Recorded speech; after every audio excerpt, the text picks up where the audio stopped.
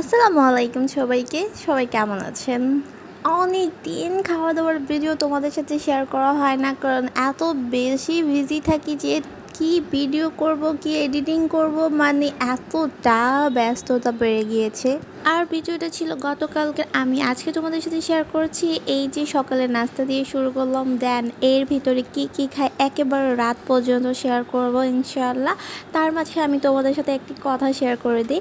আমারই এক পরিচিত আন্টি, যার কিনা মেয়েদের কোনো ঠিক নাই, তার বড় মেয়ে কোচিংয়ে নাম দিয়ে ছেলেদেরকে নিয়ে ঘুরতে চলে যেত। তার মেয়ে, ছোট মেয়ের ছেলে ফ্রেন্ডরা এসে বাসায় বার্থডে সেলিব্রেট করে, সেই মহিলা এসে আমার ভিডিও নিয়ে প্রশ্ন তোলে, মানুষকে গিয়ে দেখায়, দেখে অমুকের মেয়ে ভিডিও বানায়, তো কি হয়েছে আন্টিজি? ভিডিও বানাচ্ছি, খারাপ কিছু না ফার্স্ট অফ অল।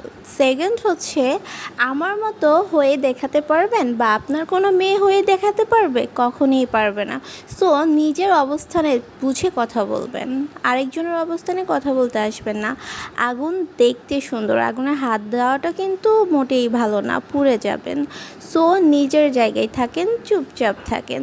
এই যে তোমরা দেখে ফেলেছো, এর ভিতরে আমি সকালে নাস্তা করে কত কিছু খেয়েছি, তারপরে বিকেলের নাস্তায় চলে গিয়েছিলাম, ডিম পরোটা জিলাপি খেয়েছি। এরপরে রাতে খেয়েছিলাম ডিম আর একটি আপেল খেয়েছিলাম। আর সেদিন দুপুরবেলায় ভাত খাওয়ার সময় ভিডিও করার কথা একেবারেই মনে ছিল না, তাই লাঞ্চ